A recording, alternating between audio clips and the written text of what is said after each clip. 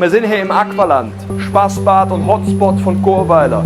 Die Kollegen hatten Personalmangel, deswegen haben sie mich zurück aus dem Ruhestand geholt. Die Badelandschaft bietet Erlebnisse aller Art. Marvin kennt hier jede Fliese und fast jeden Badegast beim Namen. Schäfers Jan, du sollst es sein lassen. Gentlemänner, der Rutschenbereich muss frei bleiben, das wisst ihr ganz genau. Hey, gelbe Karte. Klar, die wollen natürlich wissen, wo meine Grenze verläuft. Ne, wie lang meine Zündschnur ist. Zündel. Mehmet, japp mal, sonst rufe ich den Bruder an. Hey, Sus! Der brauchst du aber wie Stahlseile.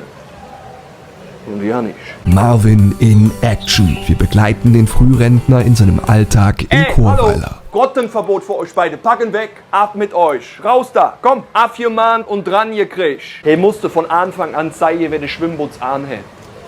Also Textilpflicht steht überall, es geht darum, wer der Chef ist. Ne? Ich habe schon lebenslange Sperre ausgesprochen.